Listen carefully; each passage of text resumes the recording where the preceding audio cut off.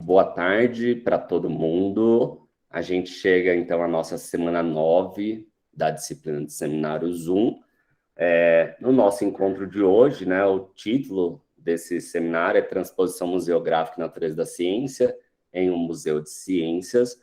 Hoje, o seminário é um pouco diferente, na verdade, dos outros seminários, mas eu acho que é uma estrutura até tradicional dentro da disciplina seminários, que é a gente receber um dos egressos aqui do nosso programa, né? Então, hoje a gente vai receber o Eduardo Dantas Leite.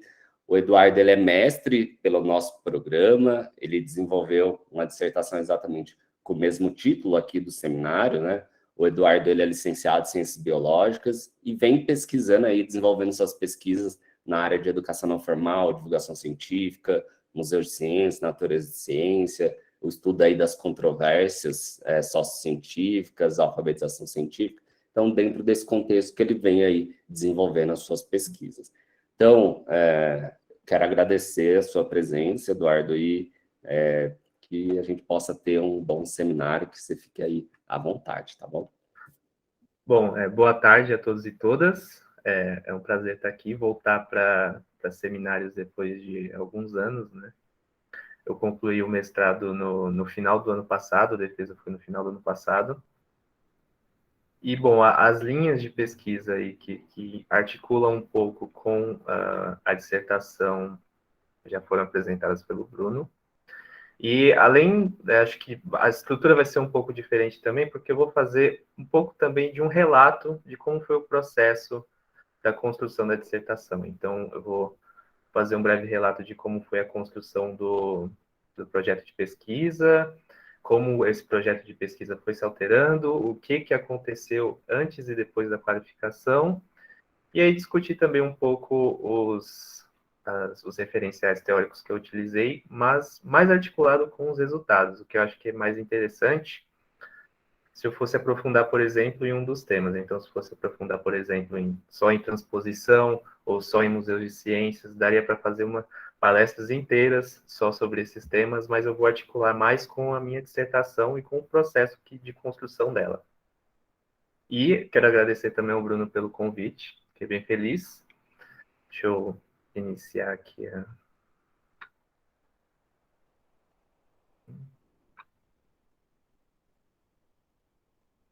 Claro que vai dar algum problema.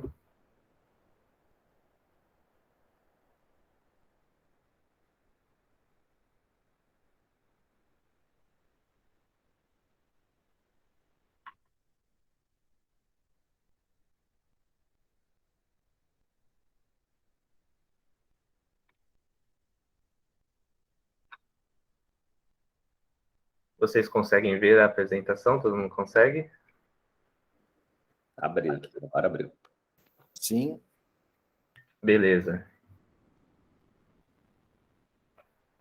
E antes de começar, vocês podem levantar a mão, interromper, comentar, fazer algumas questões durante a apresentação mesmo, até porque a apresentação ficou razoavelmente de um tamanho razoável, então se eu ficar só falando aqui vai ser maçante, vai ser um pouco estressante, né?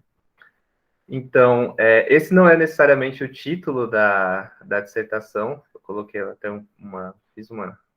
coloquei uma forma diferente, mas, no geral, é isso, transposição museográfica e natureza da ciência em um museu de ciências. É uma síntese do que foi realizado na pesquisa. Eu fui orientado pela professora Adriana Pugliese, do programa da UFABC, e eu organizei a apresentação nessas três etapas aqui. Então, vou fazer uma apresentação mesmo da pesquisa, da minha trajetória, depois discutir brevemente os referenciais e focar mais nos resultados, que eu acho que é onde fica mais interessante de discutir. Então, inicialmente, eu sou licenciado em Ciências Biológicas, eu iniciei o mestrado em 2019, e por conta da pandemia até rolou umas prorrogações, então eu terminei agora no final de 2021. E como projeto de pesquisa inicial, eu tinha o interesse de trabalhar com divulgação científica dentro da educação formal. Durante a graduação, eu tive uma experiência com um programa de iniciação à docência, o PIBID, no qual eu trabalhei com um clube de ciências com alunos dos anos iniciais. E aí surgiu esse interesse de articular essas questões, a divulgação científica com a educação, com a educação formal. A partir disso, então, construímos o projeto inicial para ingresso no mestrado. Porém, logo no início, nos primeiros meses do mestrado, eu iniciei outros projetos de pesquisa, fui bolsista em outros projetos de pesquisa, e começaram a surgir outros referenciais, outros temas que fossem agregar para esse projeto, para a pesquisa. Então, comecei a trabalhar muito com as relações CTSA, Ciência, Tecnologia, Sociedade e Ambiente, com os temas controversos e com a natureza da ciência. Esse tema em especial, a natureza da ciência, ele surgiu muito por conta das disciplinas do programa de pós da UFABC. Eu acho que essa articulação entre história da ciência e ensino de ciências é muito forte no programa, e por conta disso me surgiu o interesse em trabalhar com a natureza da ciência. E uma terceira etapa na construção do projeto foi a oportunidade de realizar pesquisa no Museu do Amanhã, na qual, através de um edital, tivemos a oportunidade de ir ao Museu do Amanhã e analisar a exposição em loco. Então, tirar fotos, fazer vídeos, entrevistas. E a partir disso, então, o foco da pesquisa passou para uma exposição. Então, não era mais educação formal, passou a ser num espaço não formal, num espaço de educação não formal. E, no resultado final, a pesquisa ela buscou articular 3 pressupostos teóricos.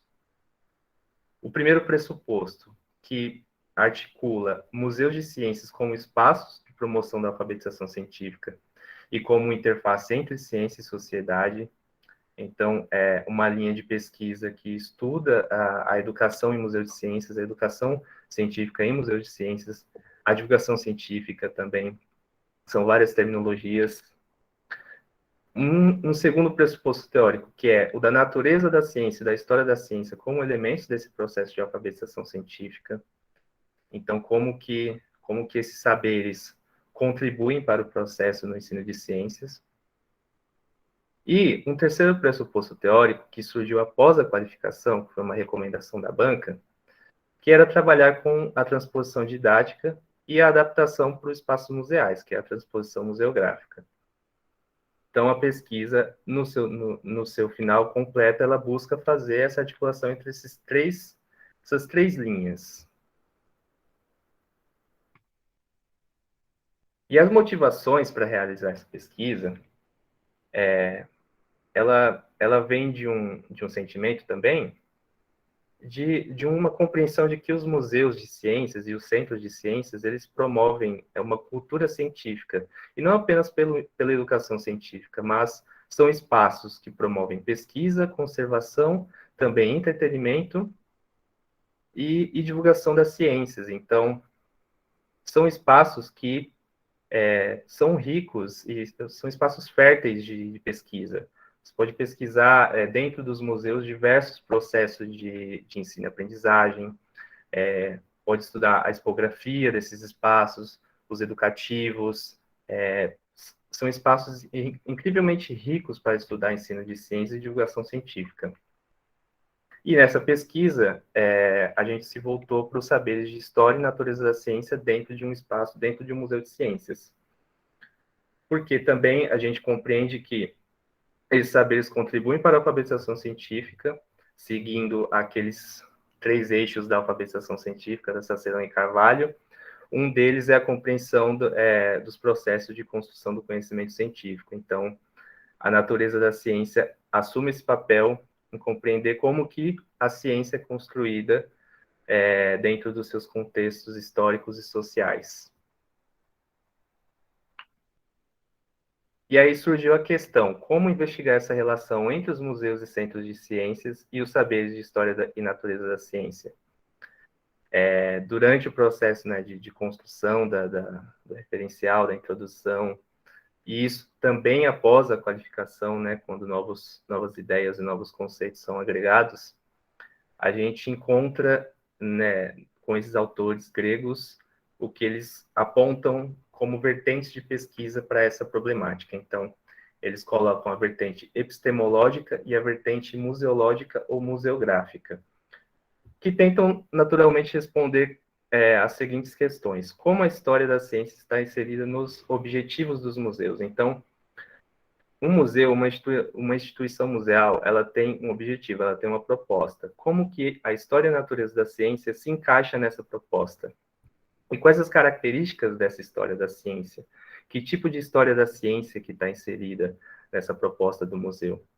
E uma terceira questão que também é muito importante é como que os museus traduzem esse tipo de saber nos seus objetos museológicos, nos seus aparatos expositivos.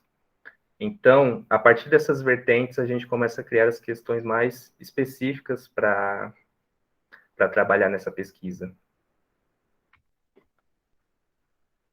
E aí a gente delineou como objetivo geral investigar o processo de transposição museográfica acerca do conceito de natureza da ciência no saber exposto da exposição principal do Museu da Manhã. E como objetivos específicos, a gente buscou identificar as principais características do conteúdo de história da ciência no saber exposto. Então, que tipo de história da ciência está naqueles textos das exposições, o que eles colocam, como que eles contextualizam, qual a história da ciência que está presente, quais são as visões sobre a natureza da ciência que são apresentadas nesse saber, então, como segundo objetivo específico. Então, existem diferentes visões sobre a natureza da ciência, visões sobre o que é ciência, como a ciência é feita. Então, quais são essas visões no saber exposto? E compreender o processo de elaboração de todo esse saber exposto, né? Quais são as prioridades, os recortes realizados, os atores que participam nesse processo, quais são as referências utilizadas para criar essa exposição. Então, com esses objetivos específicos, a gente busca responder à grande questão que é qual história e natureza da ciência está presente na exposição do Museu da Manhã.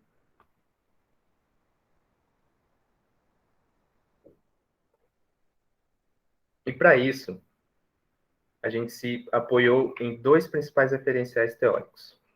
O da transposição museográfica, como eu falei, após a qualificação, algo que auxiliou muito antes da qualificação.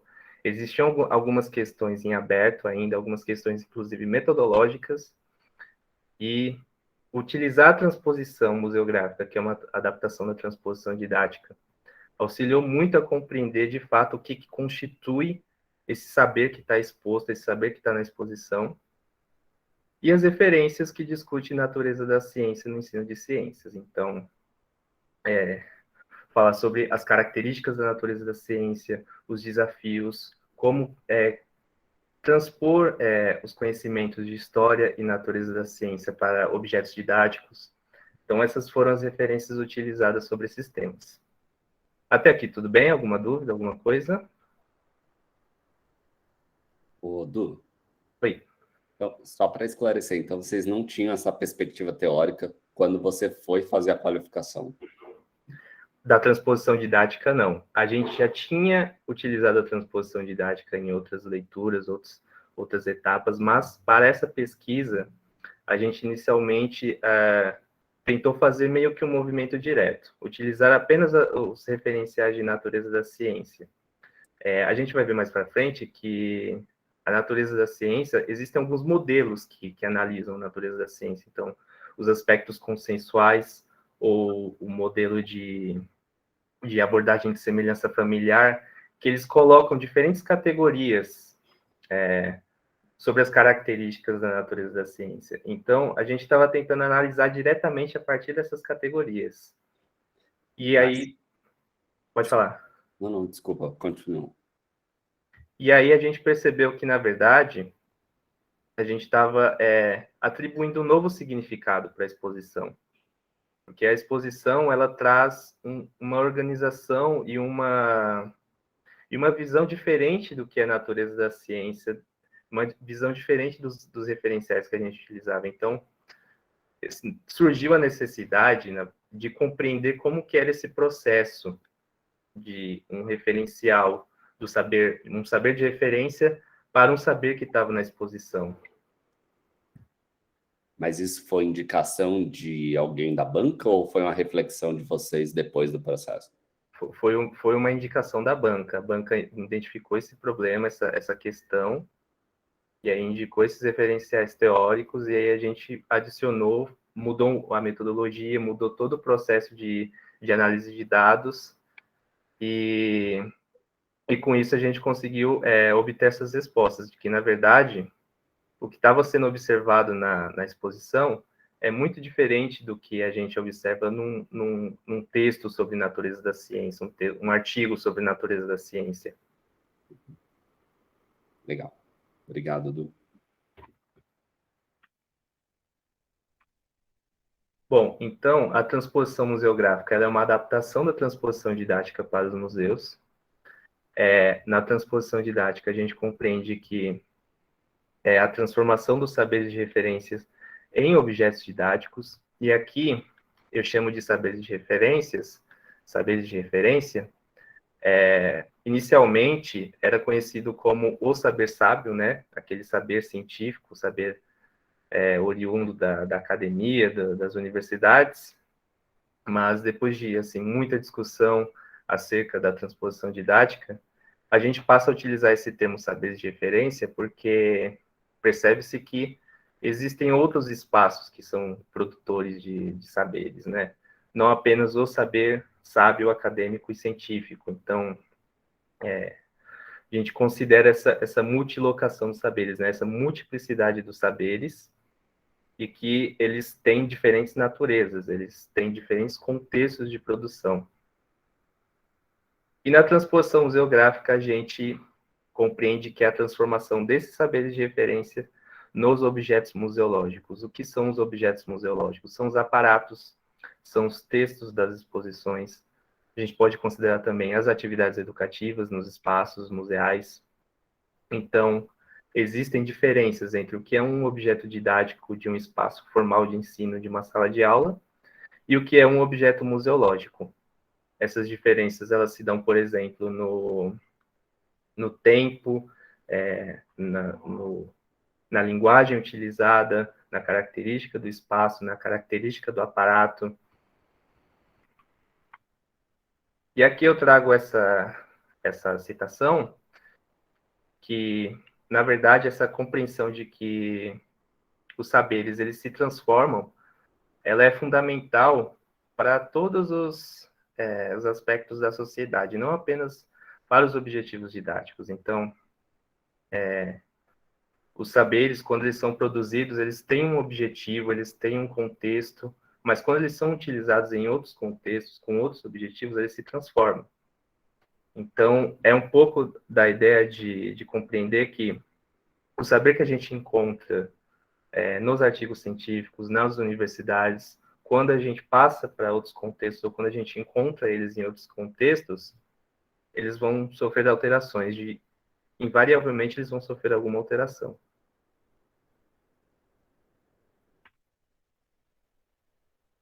E nisso, o processo de transposição didática, ele indica a existência de uma epistemologia escolar própria. Ou seja, a escola ou o museu, ele acaba sendo um espaço produtor de um novo saber, a partir daqueles saberes de referência utilizados. Dessa forma, a ciência ela não é apresentada nos museus em seu estado puro, mas é um novo saber, uma nova ciência, com uma nova organização, com um novo objetivo, com novas características e novos significados também. E aí, como eu falei, nos museus entram em cena outros componentes, como o espaço, a linguagem utilizada, os conceitos abordados, as características dos textos. Não sei se ficou muito pequeno para ver aqui. Será que dá para ler as informações dentro dos quadros? Dá para ler, sim. Legal.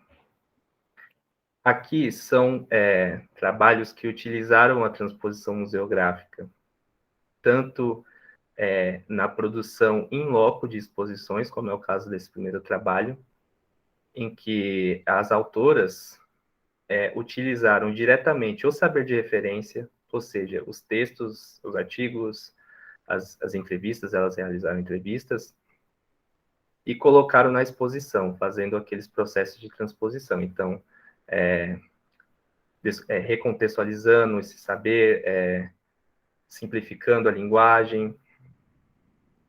Só que, em outros trabalhos, percebe-se que esse movimento de transposição museográfica, existem outros momentos.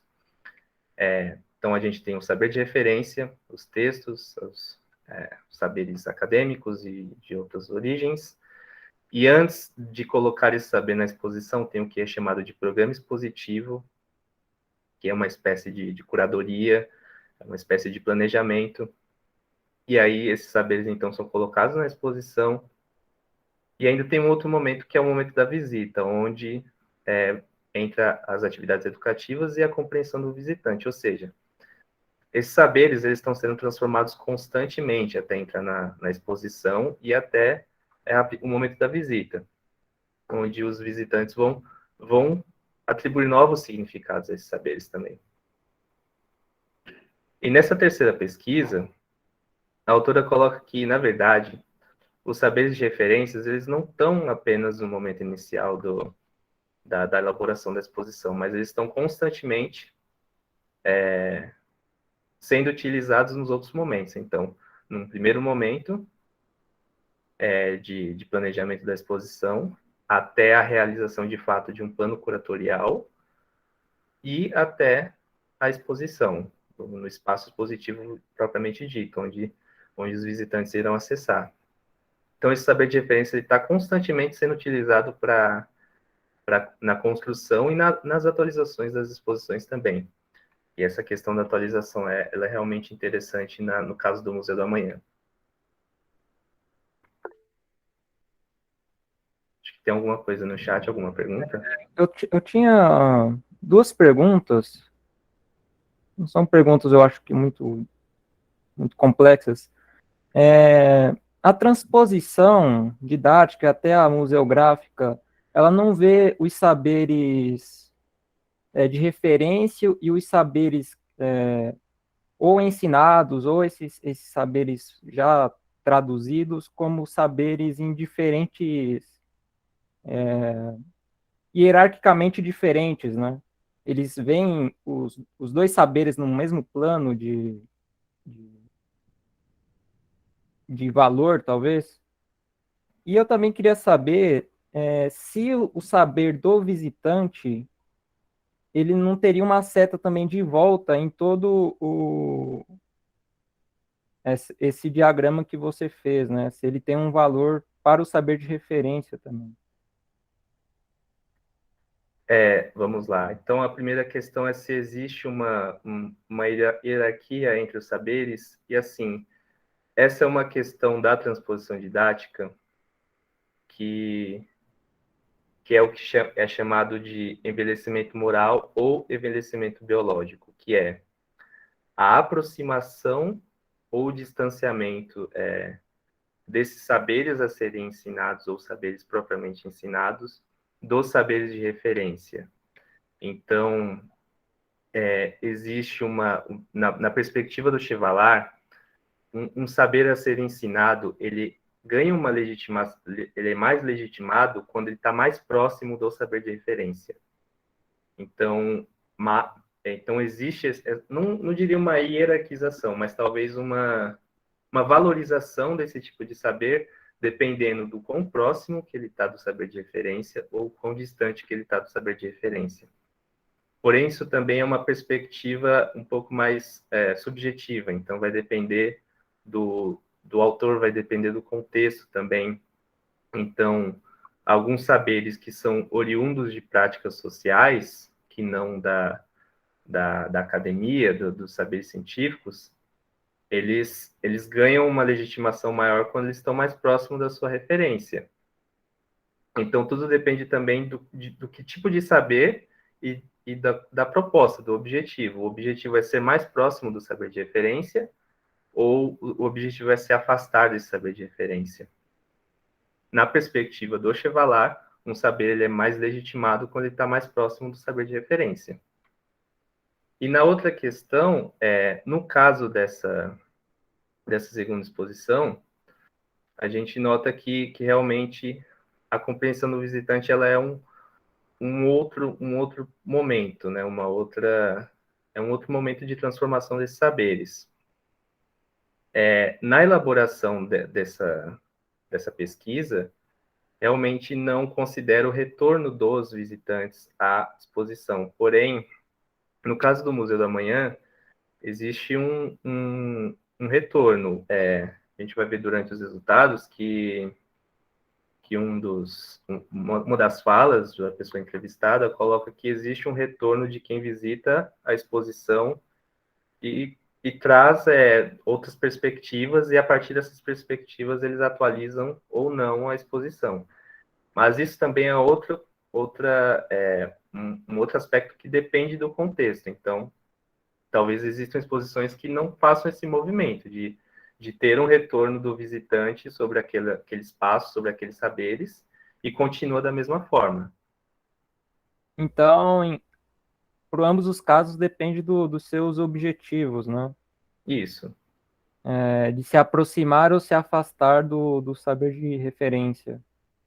Sim, existem autores que defendem essa aproximação, que acham que um mínimo de transformação, um mínimo de simplificação possível, e outros que defendem que é necessário tornar o objeto mais didático possível, mesmo que isso altere bruscamente os significados dos saberes.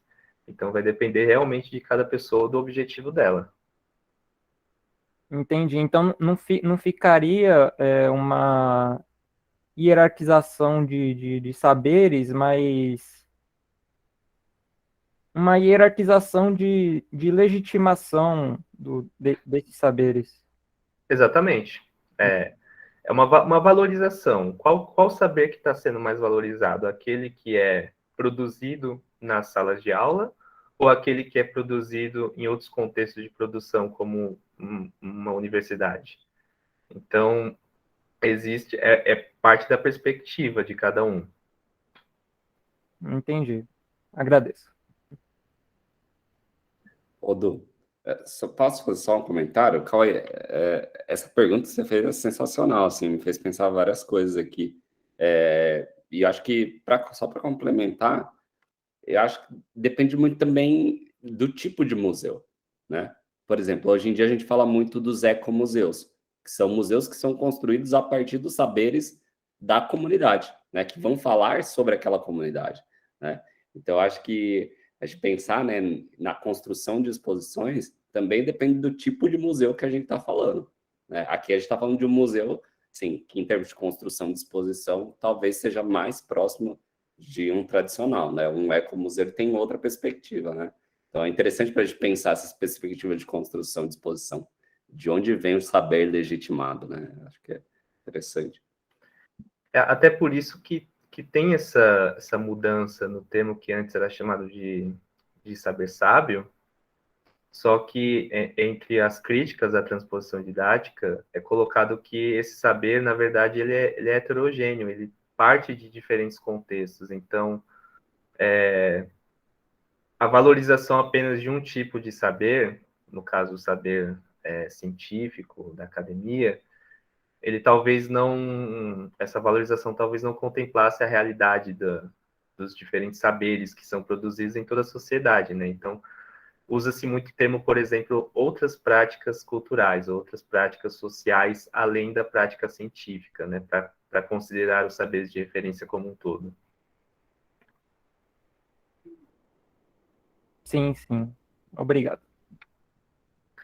Cara. E aí, no momento de escolha do referencial teórico, a gente se esbarra também com uma outra teoria que acredito que possa também explicar mais sobre essas questões, por que algum tipo de saber é mais legitimado do que outro tipo de saber, que é a teoria da recontextualização do discurso pedagógico do Bernstein. Então, o Bernstein ele parte de um outro contexto, que é o chamado da nova sociologia da educação na Inglaterra, diferentemente da transposição didática do Chevalier, que parte de um contexto da didática como uma ciência mesmo na França. Então, existem esses paralelos que, na verdade, como ambas as teorias buscam compreender como é que são o que são esses saberes que são ensinados na sala de aula. Então, que tipo de modificações que esses saberes passam, que tipo de discursos que são ocultos ou selecionados para esses saberes. E aí, nesse momento da pesquisa, para definir esse segundo referencial teórico, a gente se esbarra com essa teoria que levanta outros tipos de questões sobre como esses atores no processo de produção dos saberes estão organizados. Aí tem uma questão de hierarquização também, como que os discursos desses diferentes atores eles são classificados e enquadrados nesse novo discurso que vai ser ensinado, que vai ser exposto. E aí, no momento de tomar a decisão da escolha do referencial, a gente entende que a pesquisa ela tem um enfoque epistemológico, ou seja, um olhar específico para os saberes de história e natureza da ciência, e não necessariamente na relação dos atores que estão construindo o saber exposto.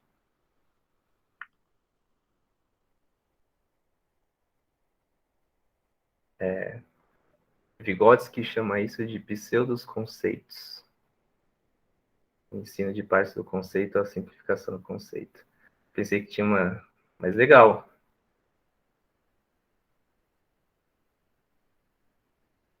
Então, a partir dessa definição, que na verdade a pesquisa vai ter um enfoque epistemológico, a gente passa a olhar mais sobre as características dos saberes de história e natureza da ciência nos seus contextos de produção, que no caso a gente considera principalmente as referências sobre natureza da ciência, as visões sobre natureza da ciência que a história, que a filosofia, que a sociologia da ciência vai trazer, em comparação com esses saberes presentes na exposição. Então, existem diferenças, existem erros, está adequado, está inadequado, e a gente não olha tanto para as relações de poder que constroem essa exposição. Só que isso se torna um problema também, porque quando a gente observa as diferenças entre o que está exposto, entre o que está na exposição e o que é produzido no saber de referência, levantam-se questões sobre por que isso está, por que isso não está. Quem colocou, quem tirou, é a visão de quem que está presente na exposição. Então, esse tipo de questão ela é muito mais própria dessa teoria da recontextualização do discurso pedagógico do que da teoria da transposição didática ou museográfica.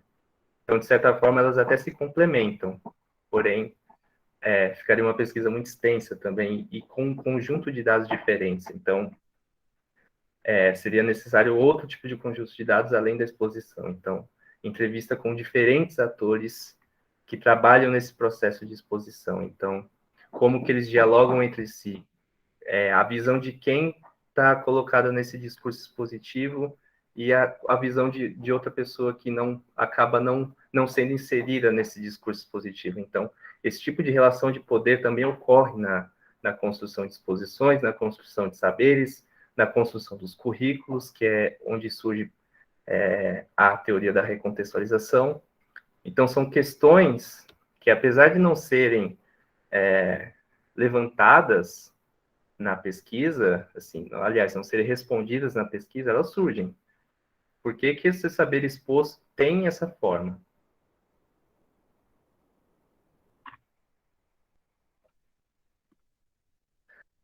E aí, como segundo referencial teórico que a gente busca para compreender a exposição, a gente traz os referenciais da natureza da ciência, que é difícil fazer uma definição que está em aberto, que tem muito debate, mas eu coloco aqui como a compreensão do processo de construção do conhecimento científico, considerando os diferentes contextos históricos e sociais, ou seja, como a ciência é feita, mas não apenas nos seus aspectos cognitivos e práticos, mas também considerando os valores, as perspectivas culturais, e outros elementos do contexto externo ao ambiente científico que podem influenciar no fazer científico. E a natureza da ciência faz muito uso dos conhecimentos e das produções de história, filosofia, sociologia das ciências, entre outras áreas. Recentemente, por exemplo, tem questões também da psicologia, que também são inseridas nesses saberes de natureza da ciência. Então, é um tema multidisciplinar, né? Ele se constrói a partir de diferentes áreas do conhecimento. E ele também possui diferentes abordagens, principalmente no que se refere à sua aplicação em sala de aula. Então, a gente tem o que é chamado de aspectos consensuais, que é uma lista de principais características da ciência que são consideradas nos referenciais. Então, a ideia de que não existe um método científico, mas vários métodos científicos, de que a ciência não é neutra, de que a pesquisa ela é feita de forma coletiva, mas outras abordagens também são levantadas, como a abordagem de semelhança familiar e a de ciência integral, que elas trazem um olhar diferente da natureza da ciência a partir de diferentes características ou categorias. Então, na abordagem de semelhança familiar, por exemplo, a natureza da ciência é observada a partir de dois grandes grupos, os grupos cognitivos epistêmicos, que são as características cognitivas e epistemológicas da ciência, e as características consideradas externas, ou seja, as características sociais, que envolve financiamento, questões de gênero, questões raciais, questões de relações entre instituições, então aspectos considerados externos à ciência, mas que também influenciam no fazer científico, na prática científica. No primeiro momento da pesquisa, a gente tentou justamente utilizar essa abordagem de semelhança familiar, utilizando as categorias que ela propõe e tentando identificar essas categorias no saber exposto, nos textos da exposição. Porém, justamente aquela questão que eu comentei, que na verdade a exposição não necessariamente ela respeita, né, as categorias que estão aqui levantadas pela abordagem de semelhança familiar. Os saberes que estão presentes na exposição, eles têm uma outra característica, eles têm uma outra organização. Então, foi muito mais interessante, eu vou falar isso na metodologia, assumir uma estratégia indutiva de análise, em vez de utilizar categorias a priori, como as da abordagem de semelhança familiar.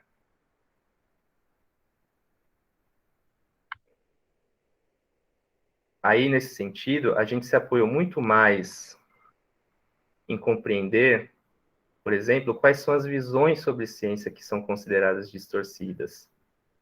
Então, a gente tem aqui as principais visões que a partir dos conhecimentos da natureza da ciência, são consideradas inadequadas. Então, a existência de um método científico universal, uma visão estritamente empírico-indutivista do fazer científico, a ciência como acúmulo de conhecimento, cientistas como grandes gênios isolados e ocultando o trabalho coletivo da ciência, e uma imagem socialmente neutra da ciência. Então, são visões que, a partir dos conhecimentos de natureza da ciência, a gente considera inadequada, que não refletem, de fato, como que a ciência é feita, qual é o processo de construção do conhecimento científico, não refletem o que é ciência, e, assim, não é também algo consensual. Existem outras visões, porém, talvez de uma perspectiva mais positivista, tenda para compreender que existe um método científico, mas, no geral, quando a gente estuda a natureza da ciência, a gente compreende que a partir dos referenciais de filosofia, de sociologia da ciência, que estudam como a ciência ela é praticada, percebe-se que, na verdade, essas visões elas não são consideradas, elas não são adequadas para descrever a ciência. E com essa necessidade de passar uma visão mais contextualizada da ciência, uma visão menos mitológica da ciência, principalmente no ensino, são levantados alguns desafios também por alguns autores. Então, existe aqui a chamada de pseudo-história, que é uma história da ciência que carrega pelo menos essas duas características. Então, que é chamado de uiguismo, ou seja, uma leitura tendenciosa da história, uma espécie de anacronismo. Então, as histórias da ciência, elas geralmente não consideram os contextos históricos de fato de cada caso estudado, ou então colocam valores atuais em casos históricos de outras épocas, e também compostas de narrativas mitológicas, então com aspectos de grandiosidade, de idealização ou dramatização dessas histórias, caráter justificativo, que é aquela moral da história. Toda a história da ciência ela tem um moral da história, que geralmente é uma vitória do conhecimento contra uma vitória de pessoas que querem negar esse conhecimento. Enfim, são essas características da pseudo-história que se constituem desafios para ensinar a história e a natureza da ciência nas práticas educativas. E outros desafios que são levantados também é a carência na formação de professores com esses temas. Então, eu, por exemplo, na minha licenciatura, eu não estudei História da Ciência, não estudei Natureza da Ciência.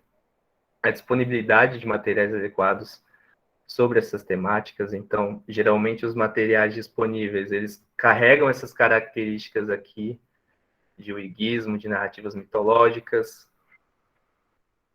e as visões equivocadas também dos próprios formadores, dos pesquisadores, de quem constrói esses materiais, e que também se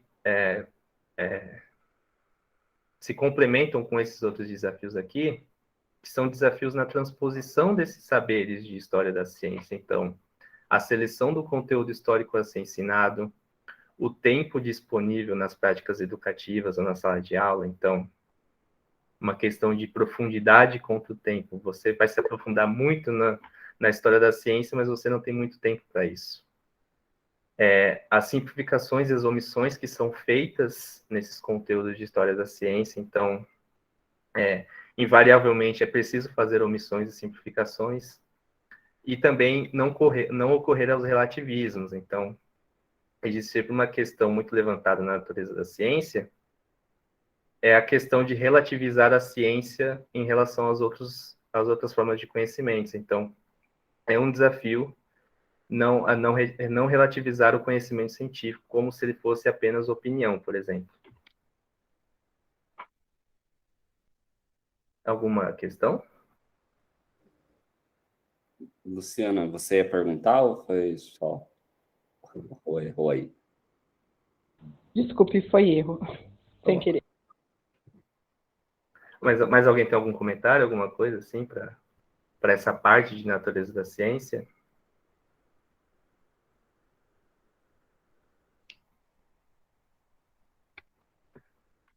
Então, a gente entra na metodologia, a gente considera que a pesquisa, ela, dentro do universo da pesquisa qualitativa, ela é um estudo de caso do tipo descritivo, ou seja, a gente fez um recorte de um fenômeno, porque a área remete a uma área geográfica, não necessariamente uma área geográfica, mas a gente fez um recorte do que seria pesquisado, do que seria analisado. E esse recorte são os saberes de história e natureza da ciência presentes na exposição do museu, na exposição principal do museu e no processo de elaboração dessa exposição. E o local de pesquisa foi o Museu da Manhã, no Rio de Janeiro. A construção dos dados, a gente tem esse conjunto de dados, então, a entrevista com um dos responsáveis pelo conteúdo da exposição, o plano museológico do museu, uma espécie de plano curatorial do museu, que envolve outras questões também. O livro Museu do Amanhã, que é disponibilizado pelo próprio museu e que é produzido pelos consultores da exposição. Então, a exposição ela contou com uma série de consultores, e esses consultores colocaram seus textos, suas visões nesse livro, e a parte principal, que são os objetos e os textos da exposição principal. Para analisar esses dados, a gente utilizou o que é chamado de espiral da análise de dados, proposta por Creswell, que busca organizar os dados, conduzir uma leitura preliminar da base de dados, codificar e organizar temas, representar esses dados e formar uma interpretação desses dados. E ele coloca que nessa espiral de análise de dados, esses diferentes passos, eles não estão separados, mas eles ocorrem quase que simultaneamente. Então, ao mesmo tempo que você está organizando os dados, você já está fazendo uma representação, você já está fazendo uma interpretação desses dados. E aí ele esquematiza dessa forma, que a partir da coleta dos dados, quando você está fazendo essas diferentes etapas aqui, elas ocorrem de forma simultânea. Então, a organização, a leitura, a descrição e a representação desses dados, até a construção do relato da pesquisa, da dissertação.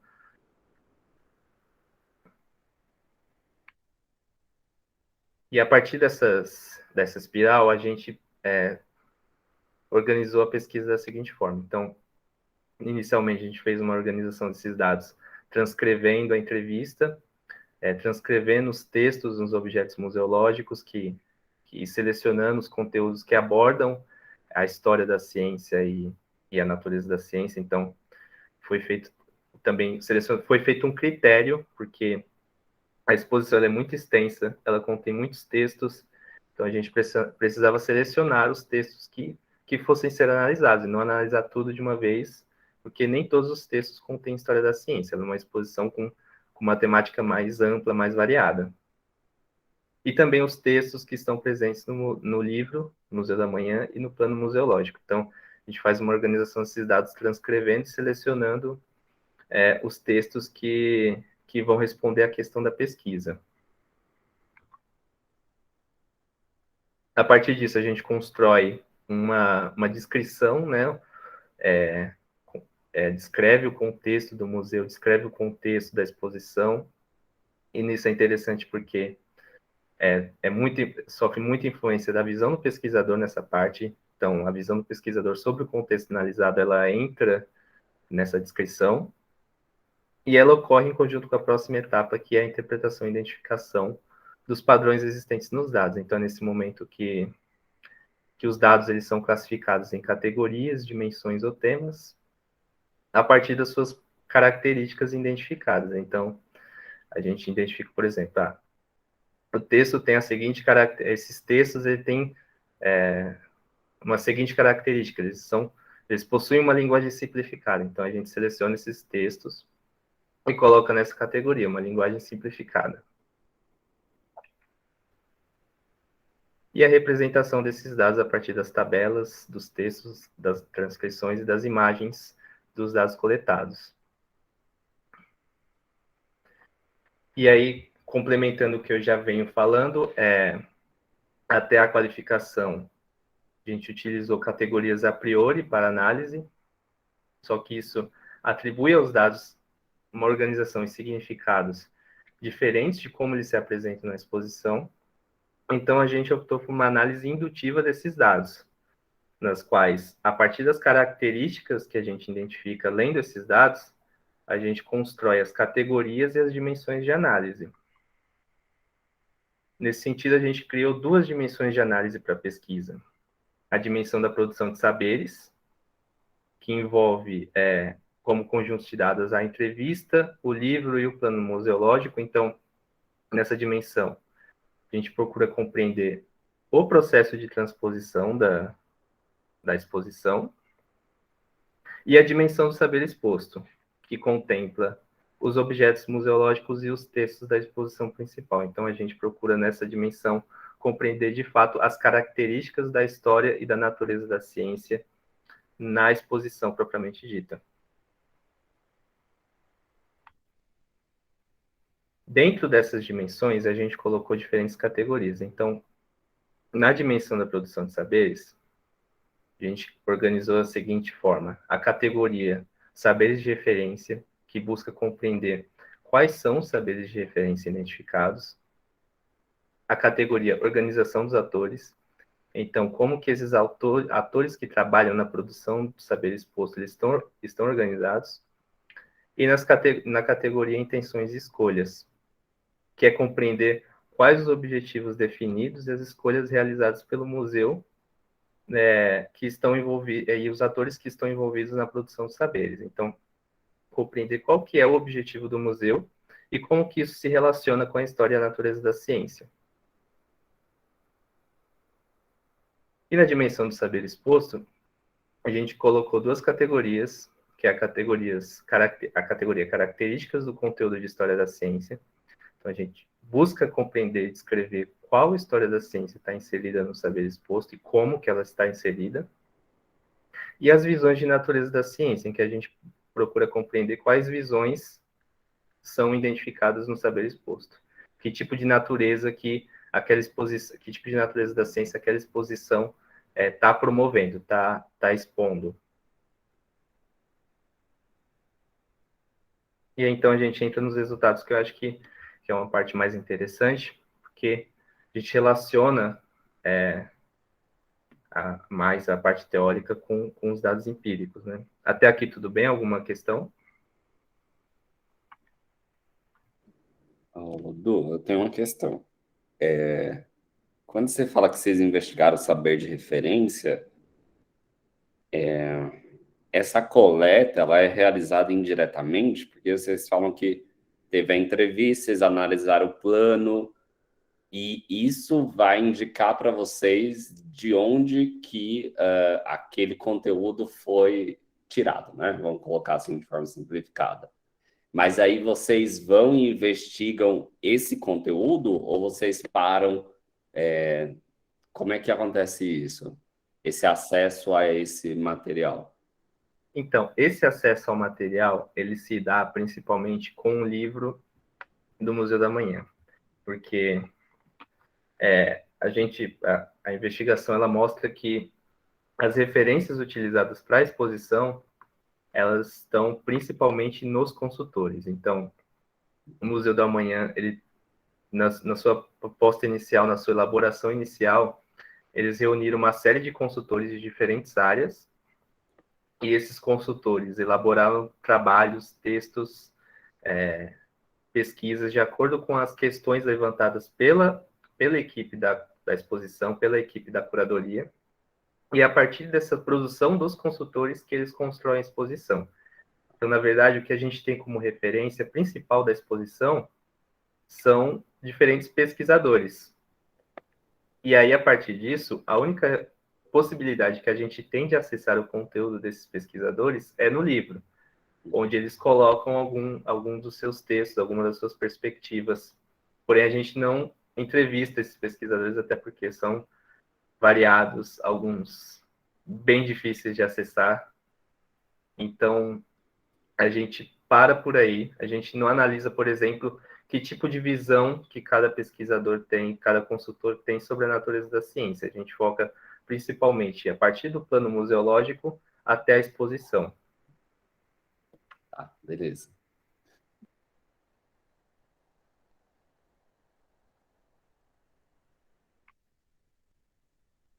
E aí, primeiro, fazer uma contextualização do Museu da Manhã. A gente considera o Museu da Manhã como um centro de ciências, o que é dentro da perspectiva da McManus, um museu de ciências de terceira geração, ou seja, ele não apresenta coleções ou artefatos que reproduzem fenômenos científicos. No caso de apresentar coleções, por exemplo, é uma característica dos museus de primeira geração que variam dos gabinetes de curiosidade. Então, são os museus de história natural que têm coleções de artefatos, de coleções de fósseis e de outros objetos, e que geralmente tem muita relação também com a pesquisa acadêmica. E no caso dos museus de segunda geração, eles são marcados principalmente por esses tipos de artefatos que reproduzem fenômenos científicos. Então, os museus de segunda geração, eles têm uma relação muito forte, por exemplo, com a indústria, se assemelham às exposições universais. Então, aquele tipo de exposição cheia de objetos e que reproduzem algum fenômeno científico, ou que são objetos tecnológicos que são usados na indústria, ou em casa. No caso de uma exposição de um centro de ciências, ela é uma exposição que a gente fala que é orientada pelo conceito. Então, é um tipo de museu que utiliza de aparatos de tecnológicos de objetos museológicos para tratar de algum conceito específico ou de vários conceitos específicos. No caso do Museu da Manhã, o Museu da Manhã ele se coloca como um museu de ciências que fala sobre o futuro a partir da perspectiva científica e tem como tema principal, acho que dá para tema central, até geograficamente no museu, o conceito de antropoceno, que seria a era geológica uma nova era geológica que é considerada a partir das alterações que o ser humano faz na Terra. Então, na visão do museu, nós estamos no antropoceno, e esse é um dos temas principais, ou talvez o tema principal da exposição do Museu da Manhã. E a exposição principal do Museu da Manhã, ela é composta principalmente por esses 5 momentos, da esquerda para a direita. Então, o momento Cosmos, que é a primeira parte da exposição. E aí, né, nessa etapa, a gente tem esses totens interativos, além dessa sala. Inicia por essa sala, que é apresentado um vídeo introdutório da exposição, e a partir daí a gente já tem os objetos museológicos. Então, nesse caso, são objetos interativos em que o visitante ele vai acessar através do toque os textos da exposição. E esse é um padrão da exposição do Museu da Manhã. Não nesse formato, mas é uma exposição que ela reproduz muitos textos através dos seus objetos. Então, são muitos textos mesmo. Então, assim, exige do visitante um aprofundamento que geralmente não ocorre dentro das exposições. Então, assim, para ler todos os textos presentes na exposição, levaria mais de 2 ou 3 visitas. Tem um segundo momento, que é o momento Terra. O momento Terra é composto por esses 3 cubos, que são as salas com os conteúdos, e com textos, também com objetos. Então, aqui, por exemplo, o cubo da matéria, que, se eu não me engano, o cubo da matéria, a sala dentro do cubo da matéria é a sala da biodiversidade. Se eu não me engano, acho que é a sala da biodiversidade, que possui também textos de paredes falando sobre biodiversidade no geral. A sala do cubo do pensamento tem essas colunas com textos e fotos falando de diferentes práticas humanas. Então, fala sobre mídia, fala sobre história, fala sobre cultura. Aí tem a parte central da exposição, que é o antropoceno, que vai discutir esse conceito de antropoceno. Ela tem principalmente essas torres que vai passando um vídeo, um relato e dados dos impactos humanos no planeta Terra. Tem a sala, o quarto momento, que é o Amanhãs, então vai discutir as diferentes perspectivas sobre o futuro da humanidade, o futuro do planeta, geralmente voltado mais para a perspectiva científica, né? Então, nesse momento, é um momento que tem telas com vídeos dos consultores e eles colocando as suas perspectivas sobre o futuro. Então, é uma pegada, assim, bem voltada para a perspectiva da ciência sobre o futuro. E tem um último momento que é o nós, que não tem muitos objetos museológicos, é um espaço mais para diálogo, para finalizar a exposição. E, além disso, a exposição ela é composta por esses corredores laterais que também possuem objetos, que são a Galeria das Formas e a Galeria do Tempo. Então, possui esses painéis aqui com textos também, muito texto, algumas figuras e outros objetos para os visitantes. Na dimensão da produção de saberes, a gente faz uma síntese dos resultados de acordo com as categorias e a gente levanta algumas observações que a gente faz sobre a exposição. Então, a primeira coisa os primeiros itens a multilocação e a multiplicidade dos saberes de referência. Então, a gente observa que os consultores, eles são de diferentes áreas, eles são de diferentes instituições, diferentes lugares, e então, por mais que eles sejam do ambiente acadêmico, do ambiente científico, ainda assim eles possuem diferentes objetivos e perspectivas. Isso transforma esses saberes de referência em algo mais heterogêneo. Então, existe uma diferença de perspectivas entre os próprios consultores. E um dos dados mais interessantes encontrados na pesquisa é que, na construção da exposição, essas diferentes perspectivas dos consultores, elas são, de certa forma, ocultadas. Então, a exposição ela busca fazer uma síntese dessas diferentes perspectivas. Então, coloca, consultor, ele pensa X, o segundo consultor pensa Y. Busca um meio termo entre essas diferentes perspectivas e coloca dentro da exposição como se esses saberes fossem consensuais. Então, ocultam uma possível controvérsia na exposição. Então, a gente coloca aqui que o mesmo saber ele pode se encontrar em diferentes instituições. E as relações, utilização e manipulação desses saberes eles serão diversas. Nesse sentido, quando os autores de exposição eles geralmente acumulam uma grande coleção de documentos, de livros, de artigos científicos, e no caso do Museu da Manhã, esses diferentes consultores, e aí a gente tem na fala aqui, da entrevista, que nossos próprios consultores, especialmente os que tinham temas correlatos, não necessariamente estavam ali em harmonia. Eles também tinham muitas contradições e oposições de ideias, e a gente tentava pegar de cada consultor aquilo que, de certa forma, tivesse um certo consenso entre boa parte dos pesquisadores naquele pensamento. Então, a gente observa esse movimento de ocultar a controvérsia, de colocar os saberes na exposição como se eles fossem consensuais.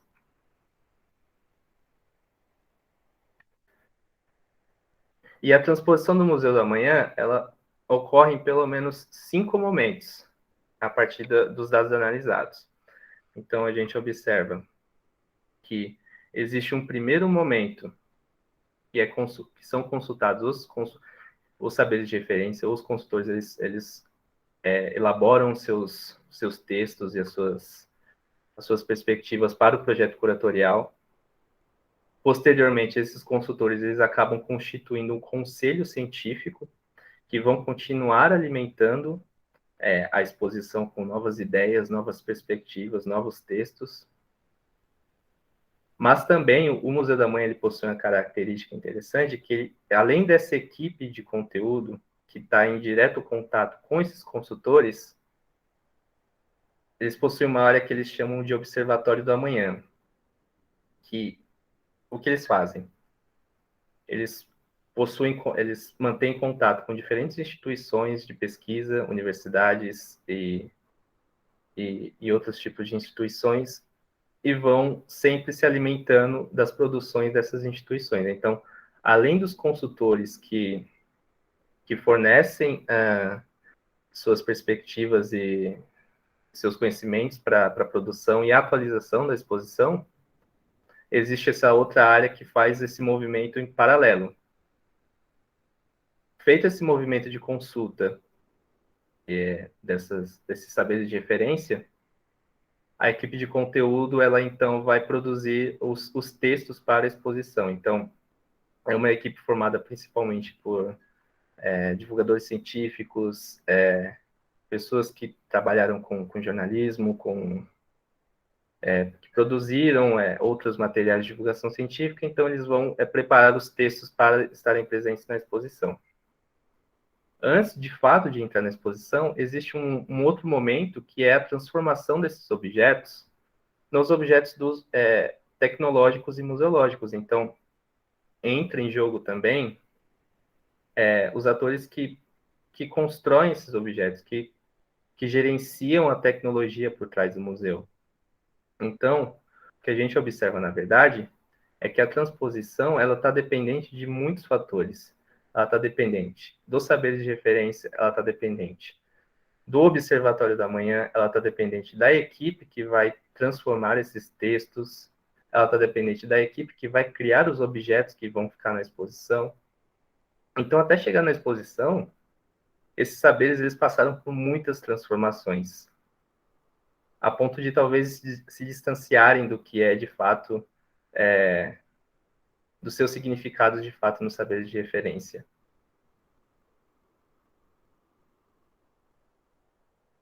E tem um outro momento também que é o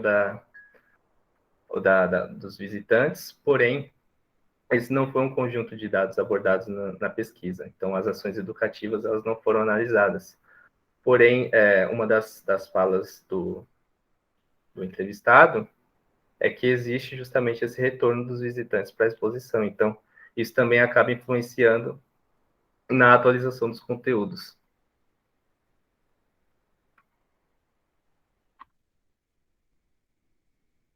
Além disso, a exposição ela é pensada em 3 níveis de aprofundamento.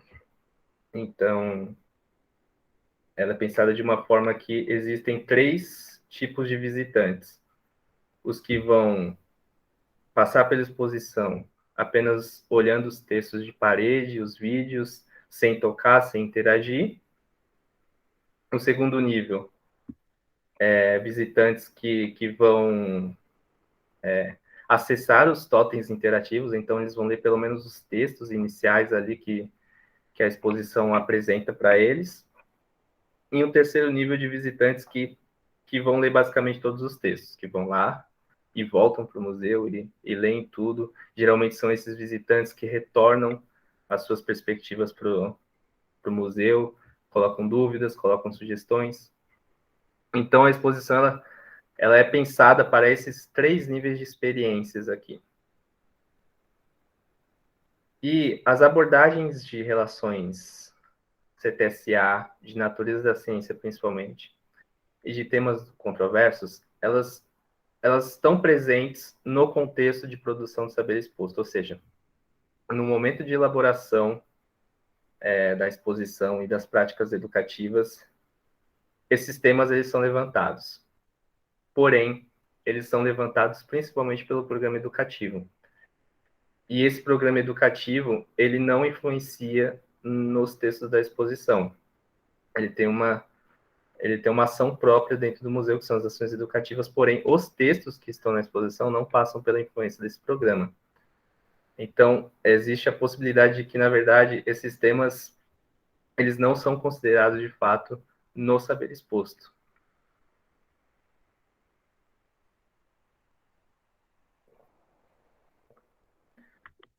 A exposição principal, ela aborda pelo menos 30 temas, é uma exposição bem extensa, que seguem 6 tendências para o futuro e são organizadas em 3 eixos narrativos. Eu vou destacar esses eixos narrativos porque eles vão apresentar uma organização diferente para os saberes que estão na exposição. Então, quando a gente observa esses 3 eixos narrativos, eles são o primeiro eixo, o da polaridade entre as ciências cósmicas, que lidam com sistemas demasiadamente grandiosos ou diminutos, e as ciências terrestres, todas as demais, incluindo a biologia e as humanidades. Então, o que a gente observa é que a exposição, ela coloca uma organização própria para o conhecimento.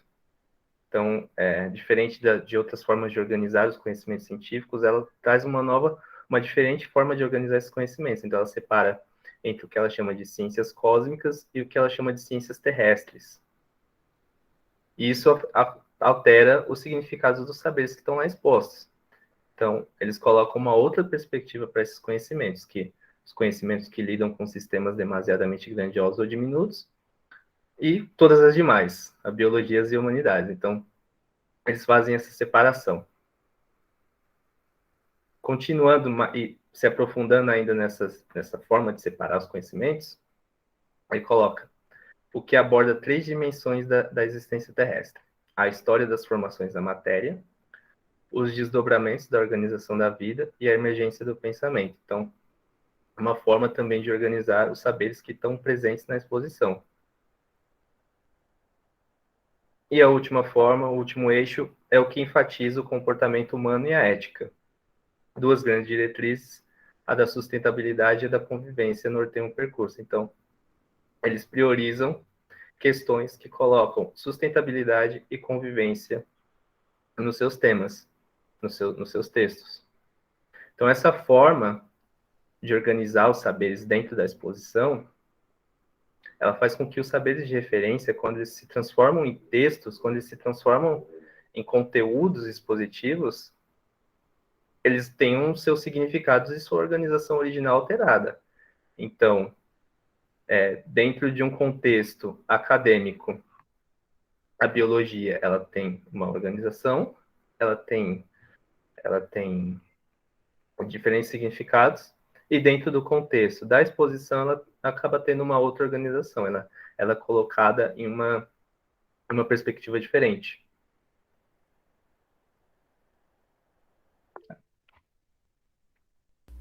Não, é só um comentário simples, não é só na divisão do conhecimento que o museu trabalha, mas a própria maneira que você lineariza, né, esses conhecimentos, porque eu notei que o museu ele é linear, né? Isso mesmo. Tem até uma questão que, na verdade, quando eu coloco aqui, ó, são momentos. Então, o museu coloca seus principais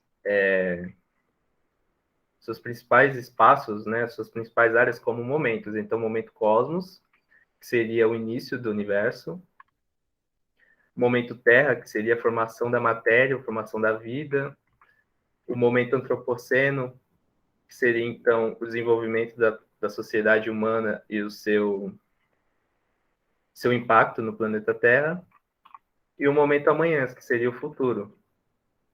Então, todas essas características, elas vão sujeitando os saberes de referência a uma nova perspectiva. Vai dando novos significados, vai dando uma nova narrativa para esses saberes.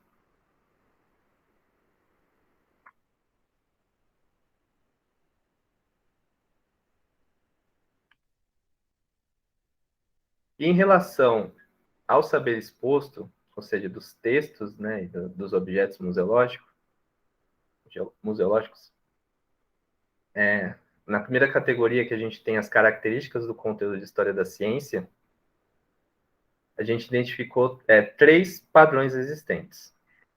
O que a gente chamou de boxes de história da ciência, muito semelhantes aos boxes que estão presentes nos livros didáticos. Então, aqui você tem no livro didático aquele texto corrido com o tema principal, e no cantinho você tem um box de curiosidade que vai contar alguma curiosidade sobre algum cientista, você vai colocar a data, vai colocar os principais feitos, e é bem por aí que a exposição coloca. Então, em diversos momentos da exposição, tem esses textos, esses quadros, esses boxes de história da ciência que vai colocar aqui principais pesquisadores, as datas, os principais feitos. Então, ganhou um Nobel, fez isso, fez aquilo. Então, a história da ciência, ela está organizada dessa forma na exposição, nesses boxes.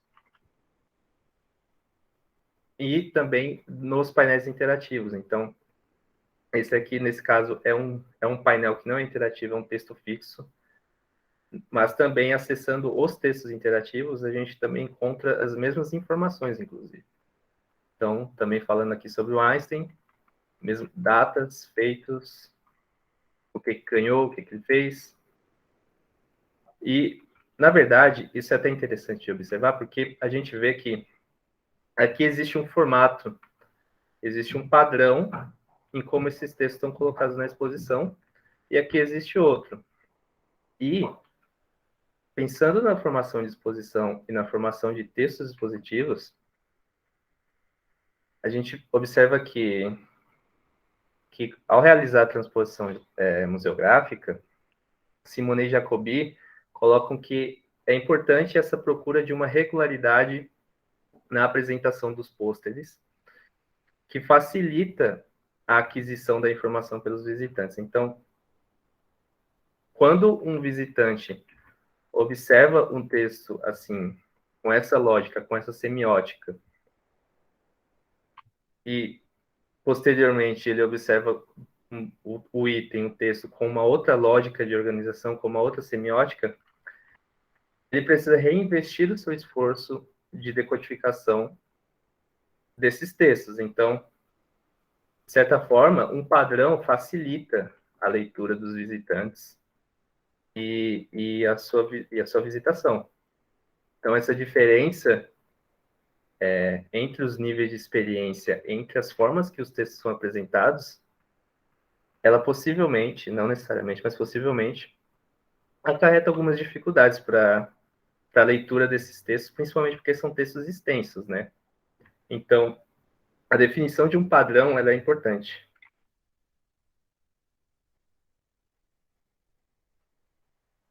Uma outra característica dos textos de história da ciência é que geralmente eles trazem, eles estão no contexto de algum dos temas abordados. Então, em algum momento da exposição, por exemplo, o DNA é abordado. E aí são levantados, então, os textos de história da ciência que buscariam contextualizar esses temas. Então, a gente tem aqui no caso do DNA, e a gente tem também no caso das leis da mecânica. Porém, uma característica da exposição é que ela não se aprofunda nesse texto. Então, como a gente já viu anteriormente nos boxes, geralmente são datas, principais conquistas e acontecimentos. E no caso de alguns textos, como a gente observa aqui, ele está da seguinte forma: inspirados pela visão revolucionária de Copérnico, pensadores como Galileu Galilei, Kepler, Descartes forjaram uma cosmovisão radicalmente nova que culminou com as leis da mecânica de Newton.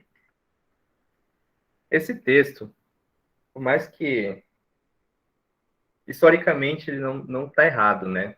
Porém, existe uma das características da pseudo-história da ciência, que é uma ideia que você colocar pensadores ou pesquisadores de diferentes épocas e diferentes contextos, como se eles trabalharam em um objetivo comum, quando, na verdade, em cada contexto, cada um tinha os seus objetivos, cada um tinha sua perspectiva, suas formas de fazer, construir as suas pesquisas.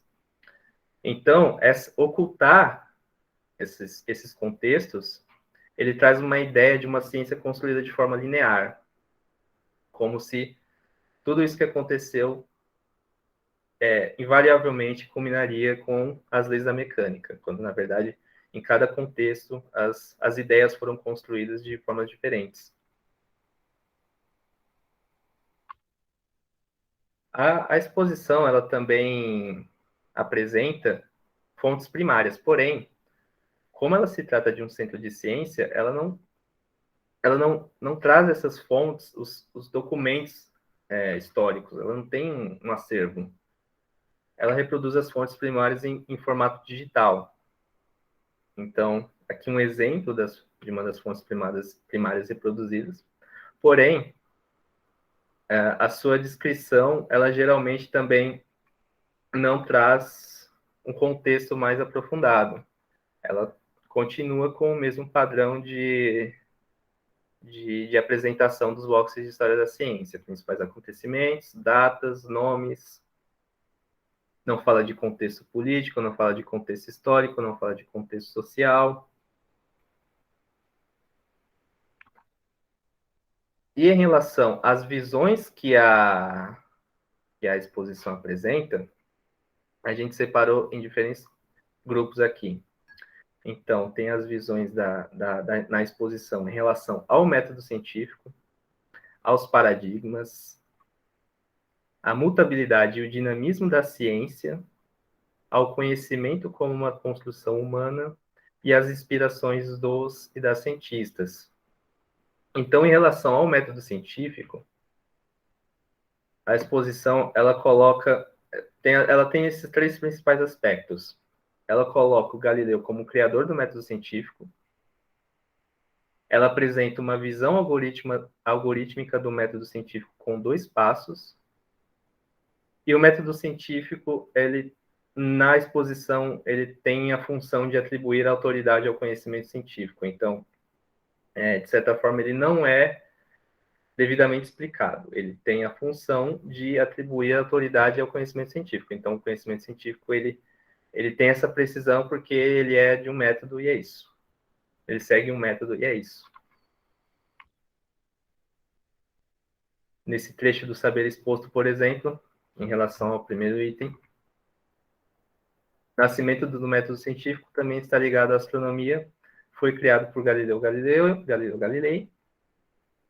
Em outro trecho, Galileu criou um método de verificação de teorias a partir da realização de experimentos sistemáticos controlados em condições consideradas ideais. E esta é a base do método científico que até hoje é empregado pelos pesquisadores. Esse tipo de visão do método científico é o que a gente considera como uma visão empirista sobre o Galileu.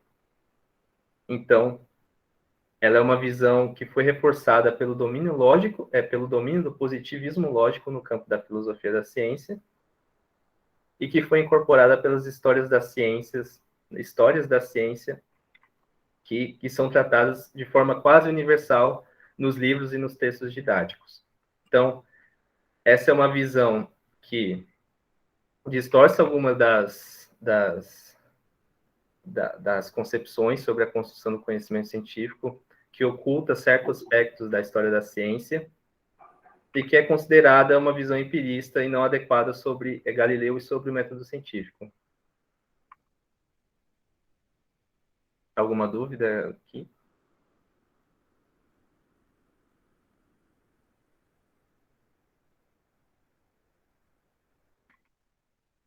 Num segundo aspecto, a gente tem a visão algorítmica do método científico, com 2 passos. Então, a exposição, ela coloca que o método científico ela tem 2 componentes ou 2 passos inseparáveis, que é a observação cuidadosa e o raciocínio lógico. Então, essa é uma questão interessante, porque essa visão de método científico, como passos a serem seguidos, esse número de passos, eles variam, vai de 2 até 15 passos. Tem reproduções em livros didáticos ou textos que apresentam 15 passos para a realização do método científico.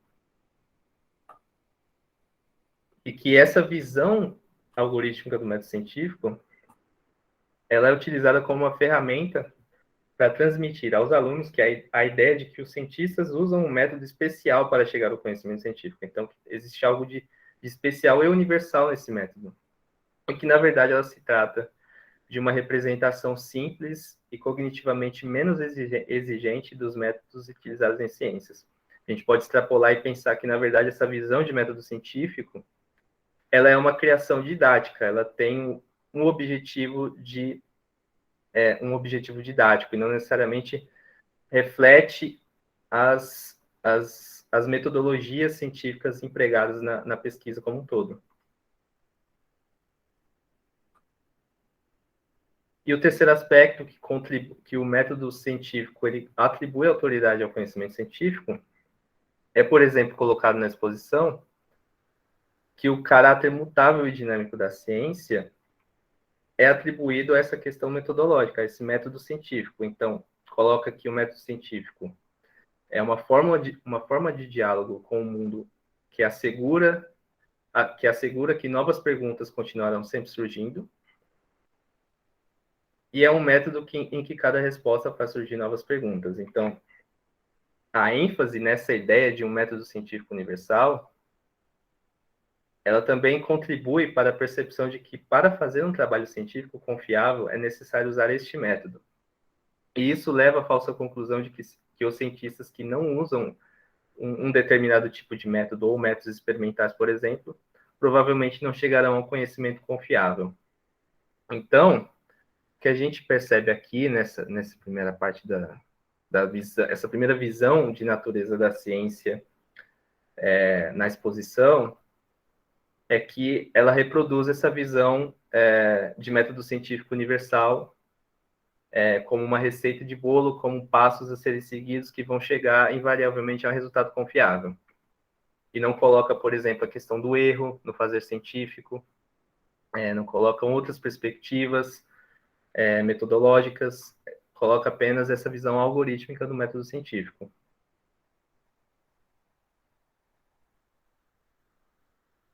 Isso entra em consonância também com a forma que a exposição coloca a questão dos paradigmas científicos.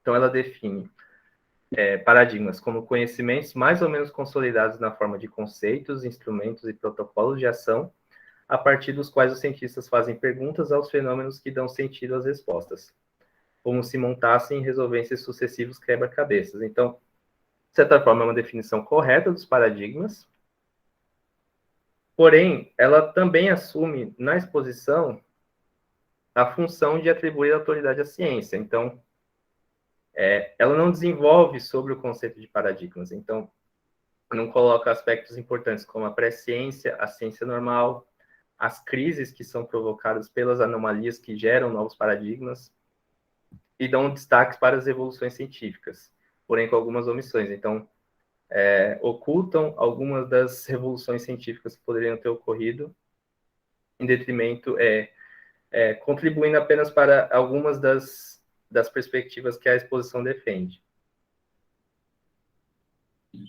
Em paralelo a isso, existe uma questão também na exposição, que ela coloca, aquela questão que ela coloca diferentes perspectivas como perspectivas consensuais ou que não são controversas. Então, por exemplo, a visão de método científico, ela tende a uma perspectiva positivista da ciência, enquanto que a visão de paradigmas, ela tende a uma perspectiva construtivista da ciência. E ambas elas são colocadas em conjunto. Então, existe esse movimento da exposição de colocar duas perspectivas diferentes como se elas fossem uma só.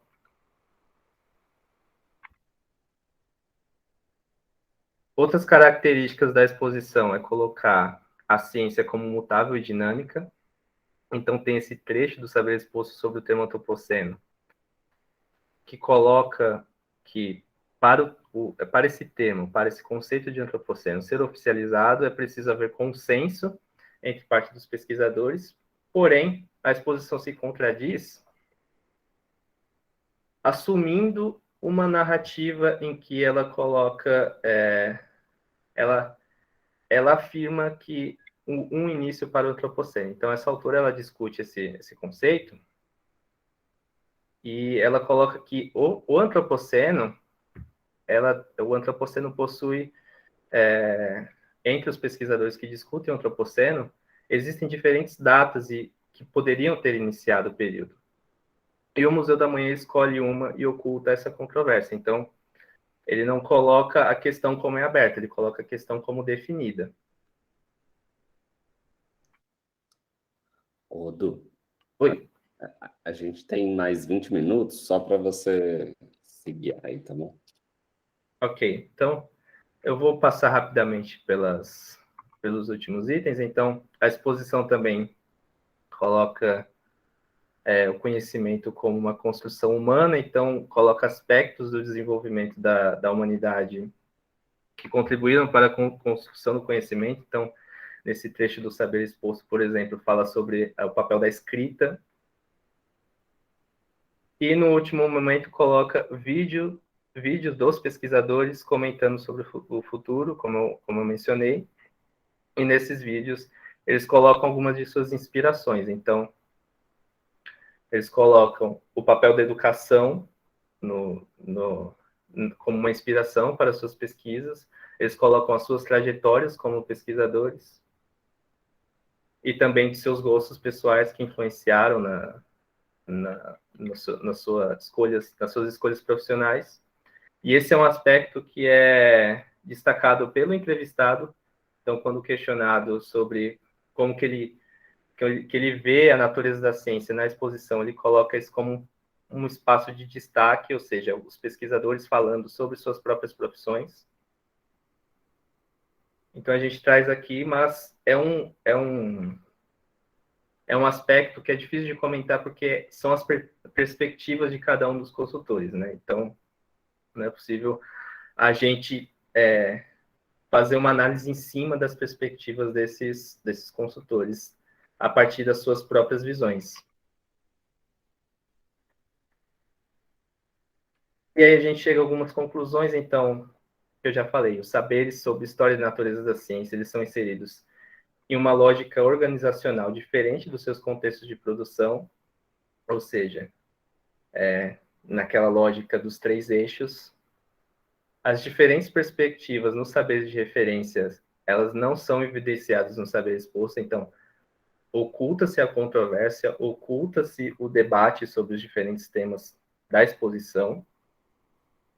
E uma característica importante que foi identificada é que, apesar da história da ciência apresentar poucos erros no geral, ela não contribui de fato para uma discussão sobre a natureza da ciência na exposição. E isso é importante porque uma das discussões da natureza da ciência é como que a história da ciência contribui para a compreensão do processo de construção do conhecimento científico. E nesse caso a gente não observa isso. Então a história da ciência na exposição, ela não está contribuindo para uma discussão sobre a construção científica, sobre o processo de construção do conhecimento científico. Ela está isolada e acaba não surgindo efeito nas visões sobre ciência que são apresentadas na exposição. E isso a gente considera importante porque, justamente, a natureza da ciência ela leva muito em consideração os conhecimentos de história da ciência. E esse isolamento, ele demonstra que não há uma articulação entre esses saberes. E alguns dos desafios que a gente identifica também nessa utilização de história da ciência e natureza das ciências nos museus, eles são desafios semelhantes com o que ocorrem na educação formal. Então, esse material, ele é adequado para a utilização em atividades educativas? O professor, mediador, educador que vai utilizar a exposição para suas atividades, ele possui a formação adequada para articular esses saberes com as exposições? E as visões sobre ciência presentes nas exposições, elas estão de acordo com o que é pretendido no ensino de ciências e na alfabetização científica? Então, isso aqui são questionamentos que surgem para compreender, de fato, se essa exposição, se essas ideias de história e natureza da ciência presentes na exposição, elas contribuem para o processo de alfabetização científica. E outros desafios que são presentes nesse tipo de pesquisa e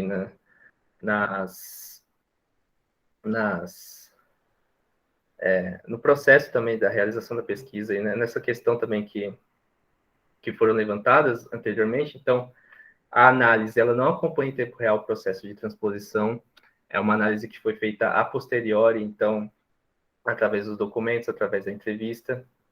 A quantidade de atores presentes no processo, então, os consultores, não é possível conversar com os consultores, porque são muitas pessoas, é uma quantidade de dados imensa. E aquela questão que já foi levantada é quem legitima os saberes da exposição. Então, esses saberes da exposição, eles estão distantes ou eles estão próximos dos saberes de referência? O que diferencia esses saberes dos saberes de referência? Quem que seleciona esses saberes? Então, quais são as relações de poder que legitimam esses saberes que estão na exposição?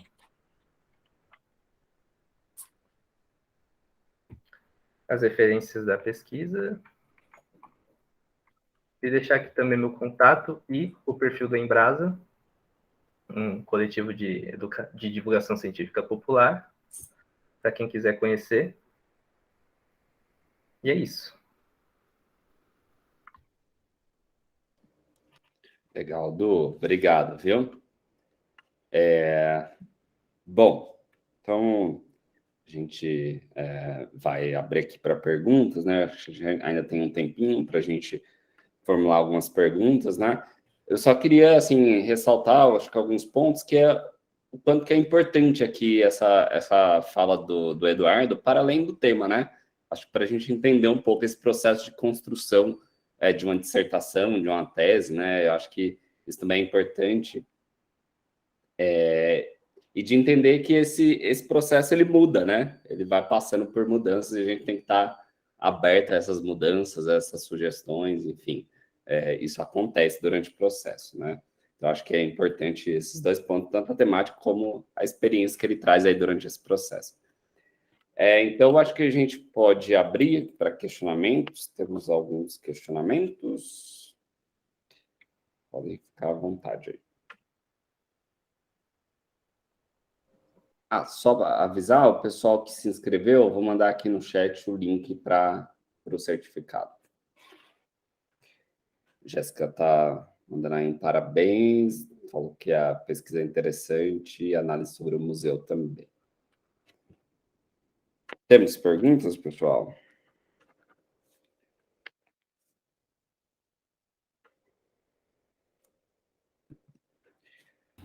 Eu vou fazer um comentário, na verdade, né? O Eduardo, durante a apresentação, falou dos textos, né, que tem no museu. Eu fiquei pensando como é difícil, né, esse tipo de pesquisa lá, porque quando eu fui lá visitar o museu, eu achei bem pesado, realmente, para uma visita só. Chegou um momento da visita que eu já tinha cansado já de ler, aí eu visitei até uma parte, o restante eu fiquei mais olhando as imagens, e eu gostei da análise por conta disso, porque agora a próxima vez que eu for, eu acho que eu vou com outro olhar para poder ver esses momentos que o Eduardo descreveu, né? Porque eu não tinha nem percebido como que estava dividido, né, as estações. Eu achei bem interessante. Eu até recomendo também que ao analisar a exposição, busque outros tipos de documentos também, né? Então, documentos que foram utilizados na curadoria, a entrevista com quem faz a exposição, porque eles justamente podem apontar o que você está procurando em uma exposição, principalmente uma exposição tão grande como a do Museu da Manhã. Se for revistar tudo que tem lá presente para encontrar o seu objetivo, vai ser um trabalho, vai dispensar muita força e vai ser bem difícil de encontrar. Então, esse tipo de documento ele pode ser acessado pelo site das instituições. As pessoas, elas também, educadores, agentes do programa educativo, curadores, eles também podem ser acessados. Então, esse tipo de pesquisa de exposição, ela também pode envolver esses outros conjuntos de dados, né, além da exposição em si. Legal. Temos mais perguntas, pessoal?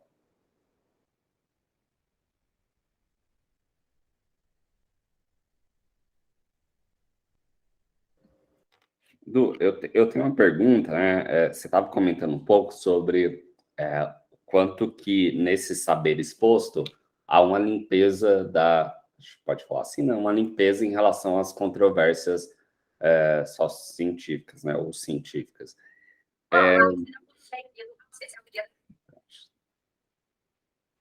Peraí, deixa eu desativar o som de alguém aqui.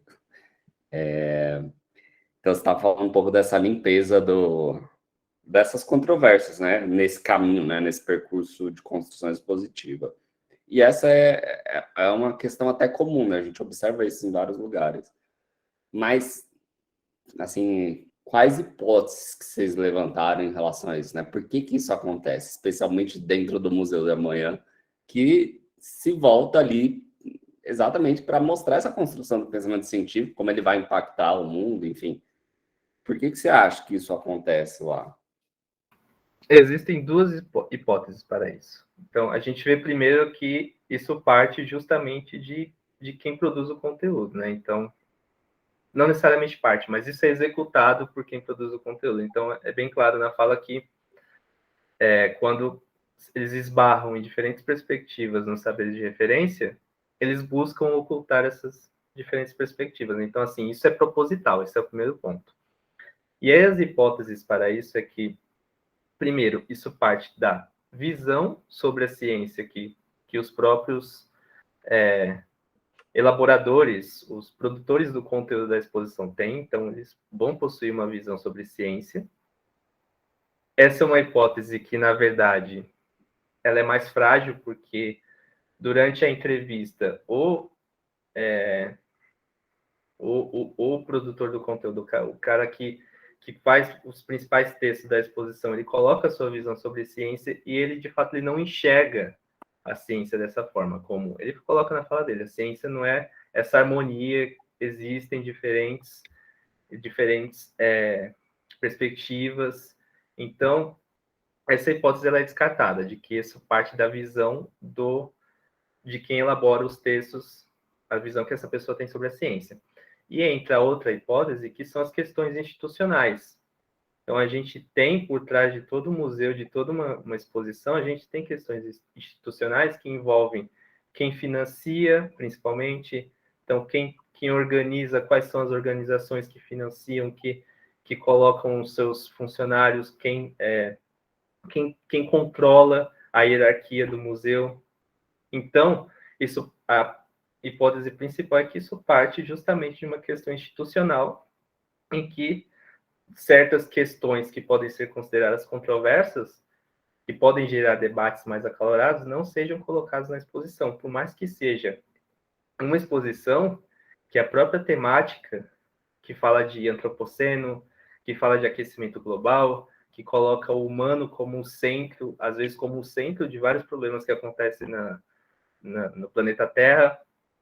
Então, por mais que tenha esses temas, isso pode partir de uma questão institucional para evitar justamente que ocorra debates mais acalorados dentro da própria exposição.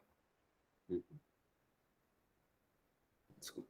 Acho que eu também iria por essa linha, né? Eu acho que é meio que uma vontade de tornar palatável, né? E a controvérsia científica ela não é palatável, ela não desce bem, né? Ela desce arranhando, né? Então, acho que parte um pouco desse pensamento e o que você falou, né? Inclusive, aqui na apresentação nem aparece, né? Mas a gente sabe que tem essas questões de financiamento, elas vão influenciar bastante, né? Nessas questões aí que você traz, né? Enfim. Temos mais perguntas, pessoal?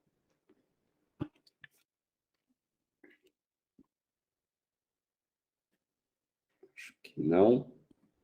Então,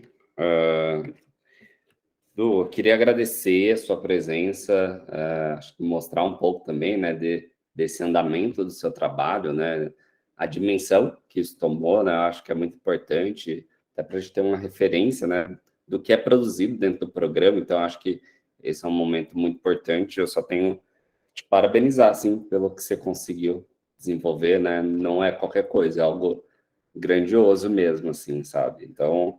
Só queria te parabenizar e agradecer aí a sua presença, viu? Não, e muito obrigado pelo convite. Eu sei que foi uma apresentação longa. Sinceramente, até em alguns momentos eu estava aqui meio... Acho que eu poderia ter tirado algumas coisas, mas eu espero que, principalmente, alguns dos referenciais teóricos e também da trajetória que eu coloco, né, de mudanças no projeto e de mudanças após a qualificação, ajudem também, né, a quem está nesse processo de mestrado, processo que vai qualificar ainda, que está construindo o projeto, que essas mudanças elas realmente vão acontecer, né, invariavelmente. Então, acho que, principalmente nesse sentido, espero que tenha contribuído bastante.